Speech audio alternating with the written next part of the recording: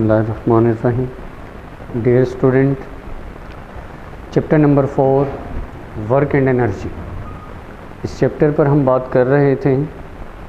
हमारा आज का टॉपिक जिस पर हमने डिस्कशन करनी है और जिसको हमने सुनना है, समझना है, वो है work done by variable force. Last lecture में आपको डिटेल के साथ कॉन्सेप्टिवली, न्यूमेरिकली, ग्राफिकली मैंने आपको एक्सप्लेन किया work done by constant force. हमारे लास्ट लेक्चर में हमारी फोर्स थी कांस्टेंट, बट आज के टॉपिक में हमने अगेन एक मर्तबा फिर अंडरस्टैंड करना है वर्क डन को, वर्क को, बट यहाँ हमारी जो फोर्स है वेरिएबल फोर्स। आज के टास्क में जो हमारा पहला की पॉइंट होगा जिस पर हम बात करेंगे स्टूडेंट्स, पहला पॉइंट जिसको हमने एक्सप्लेन करना है, अंडरस्टैंड करना है, दैट वेरिएबल फोर्स। मैंने आपको पहले लास्ट लेक्चर में वजाहत की थी, फोर्सेस दो तरह की, एक फोर्स कांस्टेंट फोर्स, एक force variable force. Last lecture में मैंने कांस्टेंट फोर्स की एग्जाम्पल के साथ वजाहत की। सो बहरहाल आज के टॉपिक की डिमांड के मुताबिक हमने पहला वर्ड फोकस जनाब वेरिएबल फोर्स क्या है। तो डियर स्टूडेंट, वेरिएबल फोर्स को जानना है, डेफिनेशन पर ज़रा गौर करें, फिर फर्दर डिस्कस करते हैं examples. Variable force, the force does not remain constant during the process of work done, called variable force.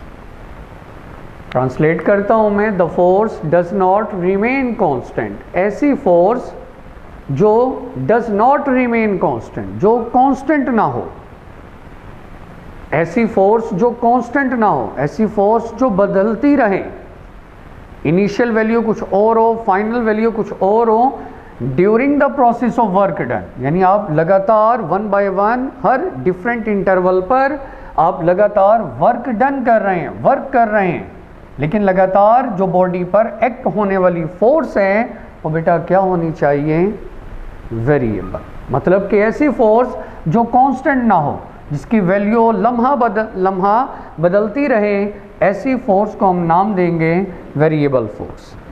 अभी कुछ एग्जाम्पल्स आपको देंगे आपकी डेली लाइफ के अंदर, कुछ ऐसी एग्जाम्पल जिससे आप क्लियरली अंडरस्टैंड कर पाएंगे कि ये वेरिएबल फोर्स क्या है। जी बेटा, तो टॉपिक में इंटरेस्ट पैदा करने के लिए जी मैंने इसलिए आपके सामने एग्जाम्पल नंबर 1 जो मैं दे रहा हूँ वो है motion of rocket. Chapter number 3 में आपने रॉकेट प्रोपल्शन के बारे में जाना। रॉकेट एग्जाम्पल नंबर 1 किसके लिए, वेरिएबल। तो बेटा वेरिएबल फोर्स की क्या डेफिनेशन मैंने बताई थी, दोबारा ज़रा रिपीट कर रहा हूँ मैं, the force does not remain constant, ऐसी फोर्स जो कभी भी कांस्टेंट ना हो, इंटरवल, मुख्तलिफ इंटरवल पर जैसे जैसे वर्क डन आप करते जाएं फोर्स लगातार बदलती रहे, ऐसी फोर्स को क्या कहेंगे, वेरिएबल फोर्स। एग्जाम्पल नंबर 1 जी, फोकस जी, rocket moves away from the earth. Motion of the rocket, rocket move करता है अवे फ्रॉम द अर्थ, यानी कि ये सपोज करें ये एक रॉकेट है और ये रॉकेट मूव कर रहा है अवे, ऊपर की जानिब मूव करता है अवे, आगे, अगेंस्ट द ग्रेविटी, ग्रेविटी के खिलाफ। आप जानते हैं हर वो बॉडी जो हवा से भारी है उस पर एक्ट करती है ग्रेविटी, और ग्रेविटी चाहती है कि रॉकेट मूव करे downward. Rocket moves away, away from Earth. जी हमारे लास्ट लेक्चर में हमने देखा, सुना, समझा। जी बेटा, यहाँ अगर मैं सपोज यहाँ एक रॉकेट अगर मैं बना दूँ जी, अब ये रॉकेट मूव कर रहा है अपवर्ड, रॉकेट मूव कर रहा है अपवर्ड, डिस्प्लेसमेंट है इसका RD, और इस पर जो अमल कर रही है ग्रेविटेशनल फोर्स वो क्या है, ग्रेविटेशनल फोर्स क्या है, डाउनवर्ड। दोनों एक दूसरे की क्या है, ऑपोजिट, एंटी पैरेलल। आपको मैंने स्पेशल केस की वजाहत की थी कि वर्क के अंदर स्पेशल केसेस हैं, आप देख सकते हैं F और D दोनों एक दूसरे के ऑपोजिट, एंटी पैरेलल। जब भी एक दूसरे के ऑपोजिट होंगे, हाँ जी, यहाँ मैंने लिखा है work is done against the force of gravity, क्योंकि एक दूसरे के ऑपोजिट हैं, तो इस केस में वर्क होगा लेकिन ग्रेविटी के अगेंस्ट होगा, क्योंकि दोनों फोर्सेस, ग्रेविटेशनल फोर्स इटसेल्फ एक वेक्टर, डिस्प्लेसमेंट इटसेल्फ एक वेक्टर, दोनों एक दूसरे के ऑपोजिट। जी, रॉकेट के केस में जनाब रॉकेट वर्क करता है ग्रेविटी के खिलाफ। जी, पहले कुछ मैथमेटिकल कैलकुलेशन करेंगे जिससे आप फर्दर समझ पाएंगे वेरिएबल फोर्स के कॉन्सेप्ट को। जी बेटा, 9th क्लास में आपने लॉ ऑफ ग्रेविटेशन को प्रूफ किया। Law of gravitation F equal G small m capital M over R square, law of gravitation. इसमें अगर आप गौर करें जी, capital G gravitational constant, small m rocket का मैस आप ले सकते हैं, कैपिटल M अर्थ का मैस, G ये तीनों कांस्टेंट, इन तीनों की जगह मैं कांस्टेंट पुट करता हूं यहाँ, फोकस जी। F equal constant over R square, equality और कांस्टेंट की जगह प्रोपोर्शनैलिटी, तो ये रिलेशन जिसे हम क्या नाम देते हैं, inverse square law. Inverse square law में F और साथ एक सबस्क्रिप्ट G लिखता हूँ, यानी कि Fg ग्रेविटेशनल फोर्स इनवर्सली है स्क्वायर ऑफ द डिस्टेंस के। ये है जनाब आपका इनवर्स स्क्वायर लॉ, यानी जब भी कोई रॉकेट मूव करेगा away from the earth, rocket Aahista Aahista जैसे जैसे रॉकेट ऊपर की जानिब चलता जाएगा, रॉकेट किस लॉ को, जी फोकस माय डियर, किस लॉ को ओबे करेगा, inverse square law. Inverse square law हमें क्या एक्सप्लेन करता है कि ग्रेविटेशनल फोर्स Fg और डिस्टेंस r स्क्वायर के साथ एक दूसरे के इनवर्सली हैं। आप जानते हैं इनवर्सली प्रोपोर्शनल में क्या है, दो वेरिएबल्स हैं, दोनों एक दूसरे के ऑपोजिट, एक में इजाफा दूसरे में कमी। अब यहाँ माय डियर ज़रा फोकस करें आप, ये कि ये एक रॉकेट आपके सामने है जी, अब ये रॉकेट मूव करता है अपवर्ड ऊपर की जानिब, मैं एक सर्टेन पोजीशन, ये मेरा इनिशियल पॉइंट है, ये समझिए कि ये मेरा हाथ एक ग्राउंड है, मैंने यहाँ से रॉकेट को मूव करना शुरू किया, स्टार्ट किया। अब ये रॉकेट इस अर्थ, इस इनिशियल रेफरेंस पॉइंट से मूव करता है अपवर्ड ऊपर की जानिब। जैसे जैसे रॉकेट ऊपर की जानिब जा रहा है, आप देख सकते हैं मेरे हाथ और इस रॉकेट के दरमियान डिस्टेंस लगातार बढ़ता जा रहा है। जैसे जैसे यहाँ प्लेस, जैसे जैसे डिस्टेंस r बढ़ता जाएगा, लगातार ग्रेविटेशनल फोर्स, क्योंकि इन्वर्स हैं तो लगातार ग्रेविटेशनल फोर्स क्या होगी, कम होती जाएगी।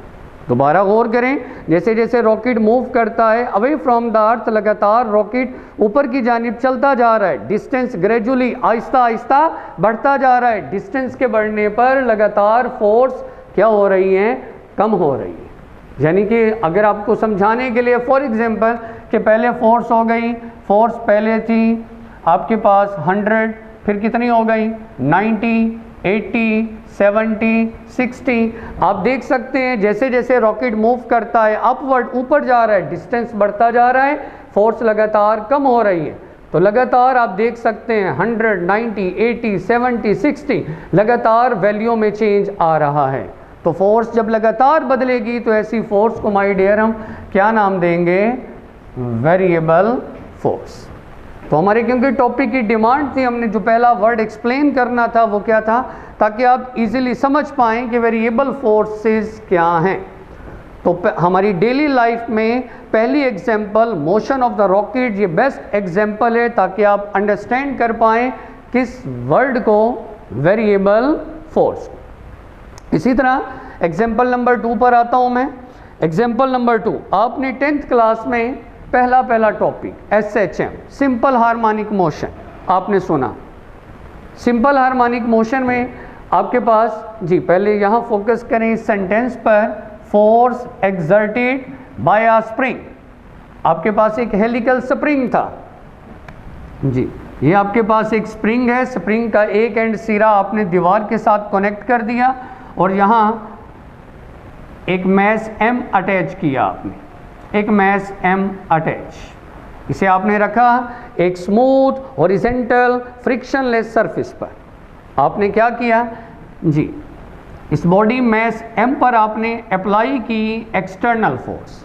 आप इसे एक्सटर्नल फोर्स आपने इस पर अप्लाई की, आपने इसको खींचा, आपने इस पर फोर्स लगाई, स्प्रिंग इतना था इतना हो गया। जितनी एक्सटर्नल फोर्स आप ज़्यादा लगाएंगे उतना स्प्रिंग में एलोंगेशन, स्प्रिंग की लंबाई में क्या होगा, इजाफा भी ज़्यादा होगा।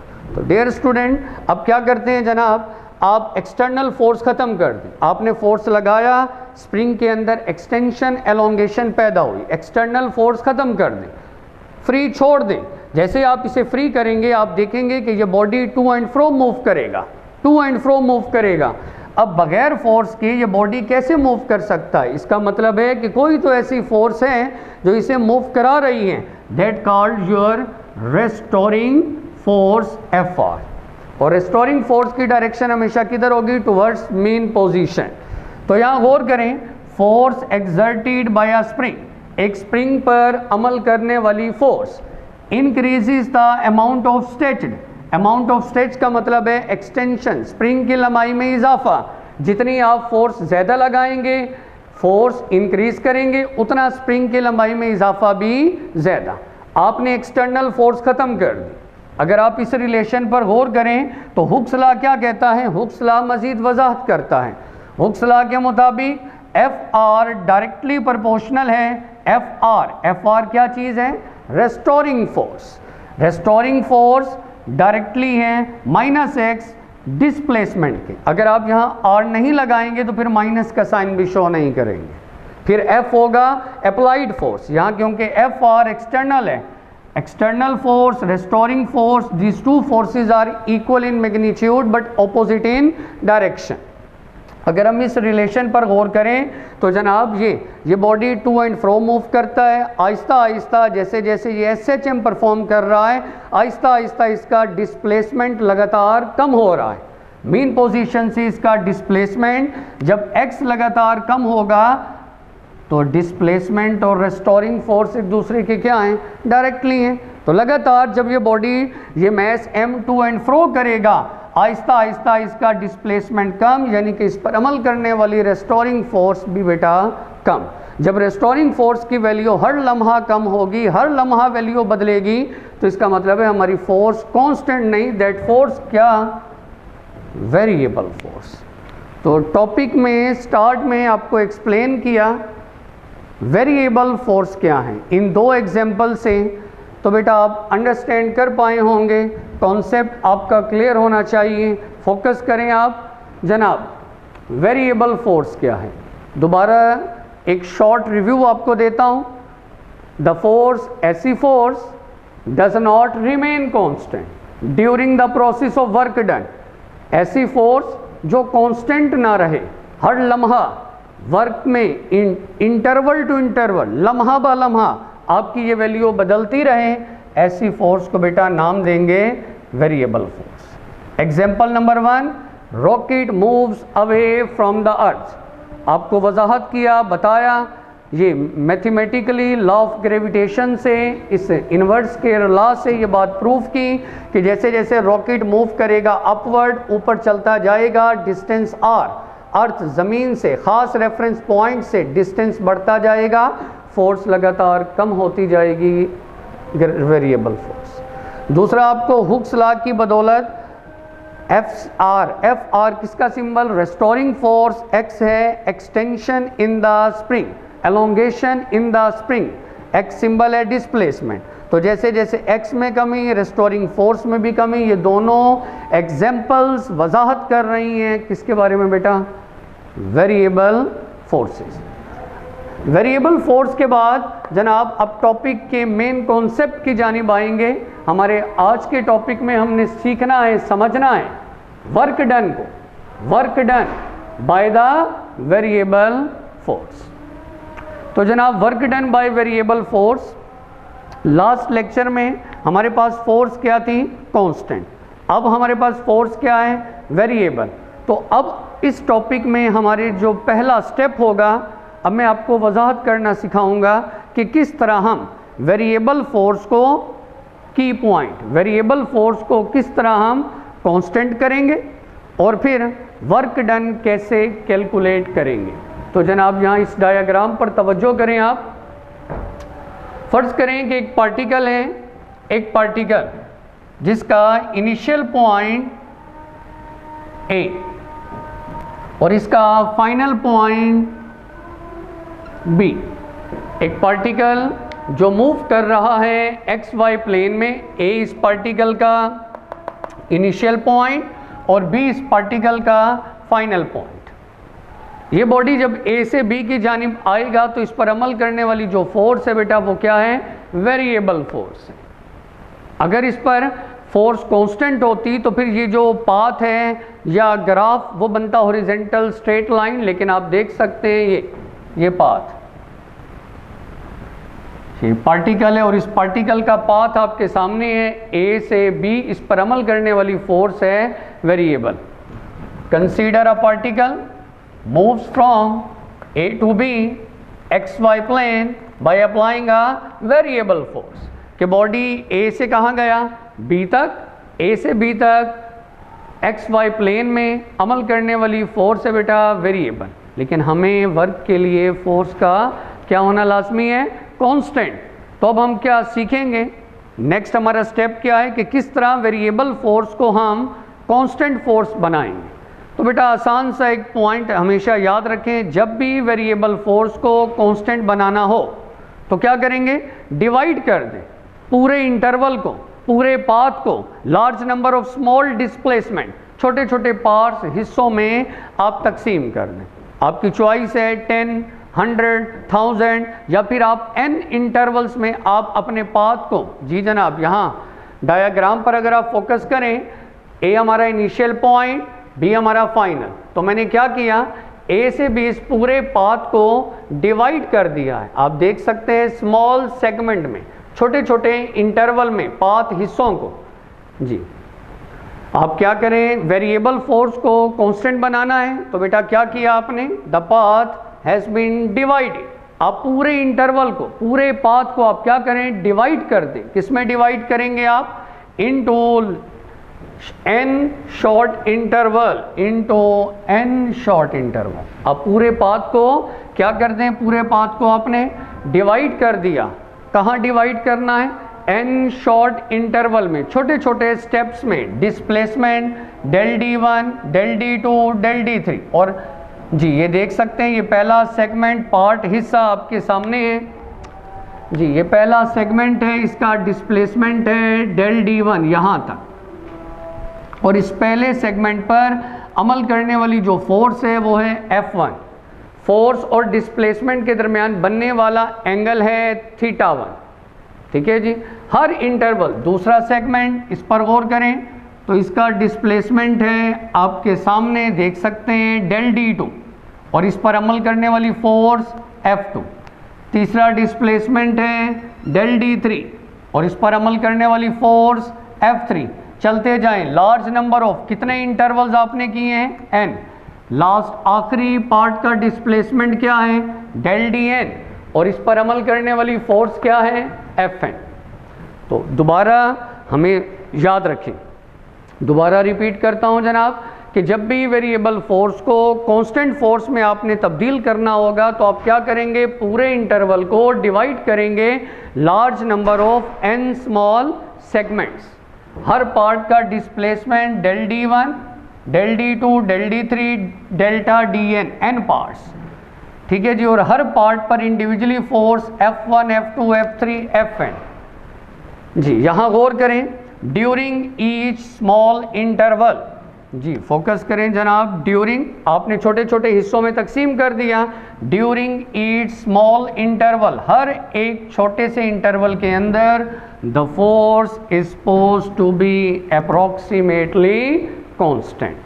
हर एक, जब आप छोटे छोटे हिस्सों में तकसीम कर दोगे, जैसे अब पहला सेगमेंट जिसका डिस्प्लेसमेंट डेल्टा d1 था, इस छोटे से हिस्से पर अमल करने वाली फोर्स बेटा F1, दूसरे पर फोर्स F2, F3, तो हर सेगमेंट, हर इंटरवल पर अमल करने वाली फोर्स क्या होगी, अप्रॉक्सीमेटली कांस्टेंट। हमारा टास्क पूरा हुआ, क्योंकि वर्क के लिए फोर्स का क्या होना बेहतर लाजिम, कांस्टेंट, जबकि हमारे टॉपिक की डिमांड में फोर्स थी वेरिएबल। तो आपको सिखाया, तरीक़ाकार बताया कि वेरिएबल फोर्स को कांस्टेंट कैसे करते हैं।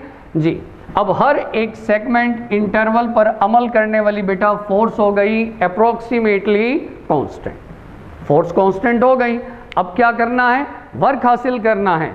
तो वर्क 1 बाय 1 अब क्या मेथड है जी, 1 बाय 1 दो तरीके हैं, एक मैथमेटिकल है और एक ग्राफिकल है जी। मैथमेटिकली आप क्या करेंगे, हर एक इंटरवल का, हर एक, जैसे कि ये पहला इंटरवल है 1 बाय 1, हर एक इंटरवल का इंडिविजुअली तौर पर आपने वर्क कैलकुलेट करना है।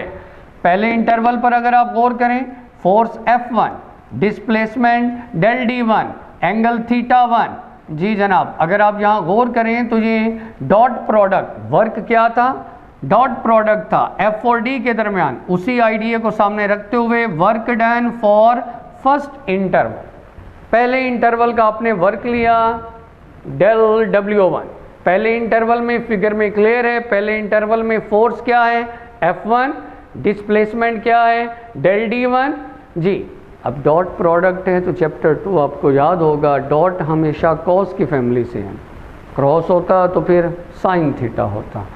तो F डॉट डेल्टा D1 तो ये हो गया F1 cos θ1 डेल D1। ये आपके सामने फॉर्मूला था बुनियादी वर्क का, F dot D FD cos θ, क्योंकि पहला इंटरवल था तो force F1, displacement delta D1 θ1। Similarly इसी को देखते हुए जनाब अब आप लिखेंगे work done for second interval, second interval का वर्क, और वो है डेल्टा W2।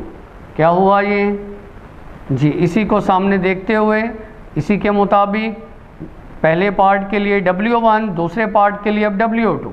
तो क्या हुआ, F1 की जगह F2 cos θ2, फिर आगे डेल D2। ये आपने कैलकुलेट किया वर्क सेकेंड, इस सेकेंड इंटरवल का। इसके बाद आप वर्क सिमिलरली वर्क निकालें थर्ड इंटरवल का, फिर फोर्थ का, सो ऑन चलते जाएं।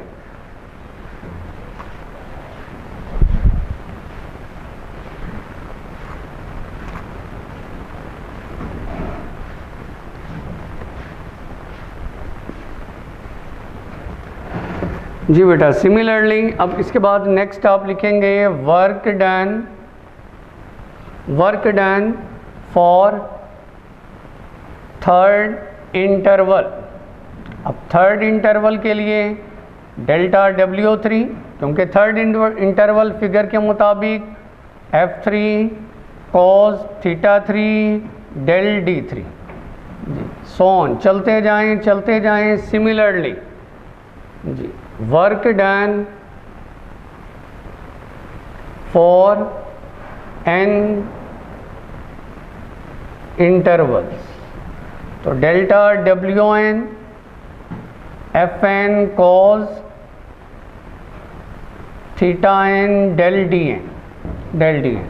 हर इंडिविजुअली अब आपने देखा हर पार्ट का जी अलग अलग आपने वर्क हासिल किया। तो यहाँ पर सबसे पहला काम आपने क्या किया जनाब, वेरिएबल फोर्स को कांस्टेंट किया।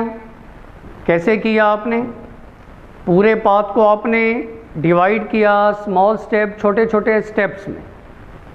वेरिएबल फोर्स को कांस्टेंट करने के बाद फिर आपने इंडिविजुअली हर पार्ट का, हर इंटरवल का अलग अलग से वर्क कैलकुलेट किया। हमें तो चाहिए टोटल वर्क डन, कहाँ से कहाँ तक, A से B तक जी। 10 total work done is equal to, total work done is equal to sum of all the works जी। टोटल वर्क डन इक्वल है sum of all the work done जी बेटा। टोटल वर्क हमें चाहिए जो कि इक्वल है किसके इक्वल, del D1 del D2 del W3। Total work W1 W2 W3 चलते जाएं WN, तमाम की वैल्यूज़ यहाँ पुट कर दें। टोटल वर्क डन, पहले वर्क की जगह आप लिखेंगे F1 cos θ1 दूसरे पार्ट इंटरवल के वर्क की जगह F2 cos θ2 और यहाँ इस जगह आप डेल D1 भी साथ लिखेंगे और यहाँ डेल D2 भी। इसके बाद तीसरे पार्ट के लिए F3 cos θ3 डेल D3 चलते जाएं जी। लास्ट पार्ट के लिए Fn cos θn del Dn।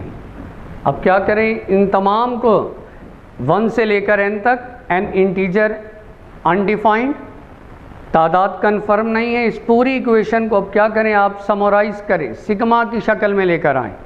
Summarise, sigma, सम यूनानी ज़बान का लफ्ज़ सिग्मा।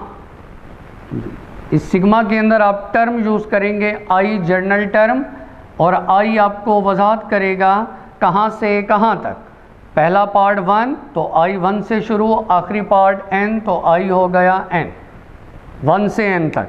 तो जनाब ये हो गया आपके पास f cos theta del d, इन सब के साथ टर्म आप इस्तेमाल करेंगे आई जी। तो ये जर्नल फार्मूला आपने प्रूफ किया, mathematically work done by a variable force. इसमें आई जर्नल टर्म, आई कहाँ से कहाँ तक, 1 से n तक। अगर सपोज आई 1 है तो ये हो जाएगा F1 cos θ1 डेल D1। तो आप देख सकते हैं ये आपके पास पहला इंटरवल आ गया, पहले इंटरवल का वर्क डन। इसी तरह अगर आप आई की कोई भी वैल्यू चूज़ करते हैं तो आप हर इंटरवल का इंडिविजुअली अलग अलग वर्क दोबारा से कैलकुलेट भी कर सकते हैं। तो ये है total work done by a variable force, total work done by variable force, ये मैथमेटिकली। इसी तरह बेटा आपको याद होगा, आपको वर्क कैलकुलेट करने का एक और तरीका भी सिखाया, और वो था ग्राफिकली, कि आप कैसे वर्क को कैलकुलेट कर पाएंगे ग्राफिकली। तो उसके लिए एक शॉर्ट सा रिव्यू आपको ऑलरेडी लास्ट लेक्चर में वजाहत की थी कि आपने एक ग्राफ बनाना है, और ग्राफ किन के दरमियान होना चाहिए, F और D के दरमियान। लेकिन यहाँ एक पॉइंट आपने नोट करना है, बुक में पेज नंबर 79 पर मेंशन होगा। आपने एक पॉइंट यहाँ नोट करना है, जब भी आप ग्राफ बनाएंगे F और D के दरमियान, ये ग्राफ उस वक्त बनाना है जब फोर्स और डिस्प्लेसमेंट दोनों सेम डायरेक्शन में। लेकिन अगर आप बॉडी पर अमल कर रही है फोर्स F और डिस्प्लेसमेंट F और D दोनों सेम डायरेक्शन में नहीं है, अगर आप बॉडी पर फोर्स लगा रहे हैं और फोर्स की डायरेक्शन डिस्प्लेसमेंट की जानिब नहीं है, तो अब ग्राफ बनेगा किसके दरमियान, F cos थीटा और D के दरमियान। ये पॉइंट हमेशा याद रखेंगे जी। अब आपने ग्राफ किसके दरमियान बनाना है, F cos थीटा और D। तो एक साइड पर आप जनाब D कर लें और एक तरफ आप F cos थीटा, और अगर आप ग्राफ देखें तो ग्राफ यूँ आपका ये, और ये ग्राफ खुद वाजे कर रहा है कि जनाब फोर्स वेरिएबल है। अगर फोर्स कांस्टेंट होती तो ग्राफ आपका हॉरिजॉन्टल स्ट्रेट लाइन होता।